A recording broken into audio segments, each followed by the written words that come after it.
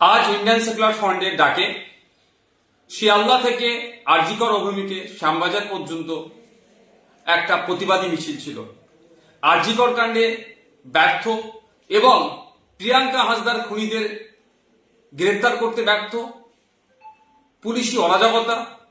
পুলিশি নির্যাতনের খুন,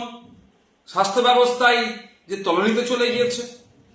আইন শৃঙ্খলা রক্ষা করতে ব্যর্থ রাজ্যের পুলিশ মন্ত্রী ও রাজ্যের স্বাস্থ্যমন্ত্রীর পদত্যাগের দাবি নিয়ে আমরা এক প্রতিবাদী মিছিলের ডাক দিয়েছিলাম।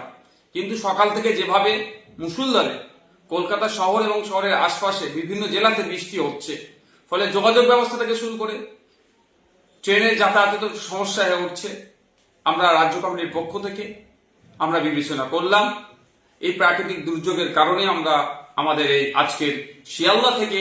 আরজিকর অভিমুখে যে প্রতিবাদী মিছিলটা ছিল সেটাকে আমরা স্থগিত করলাম।